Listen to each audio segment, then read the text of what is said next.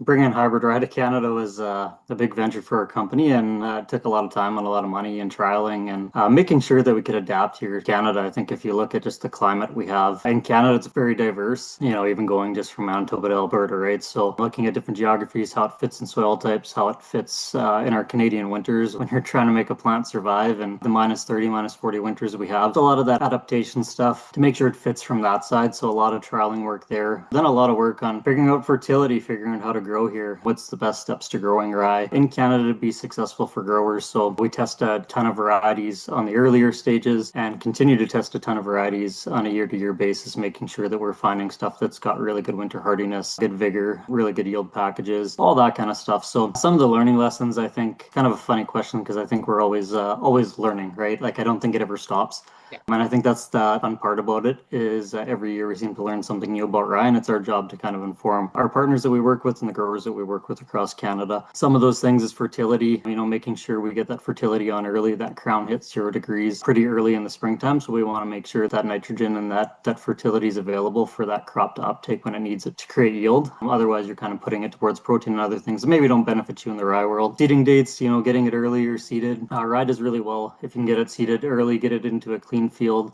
Seed it early, get good growth. The hybrids really crawl across the ground and cover that ground. So the earlier you can get that growth in the fall time, choke out those weeds and stay out of that field. Stay out of that field come springtime. It helps, especially with ergot. I think the fun part with rye is ergot all the time, and people always have that question. And what we've learned over the last several years dealing with it is 10% is variety.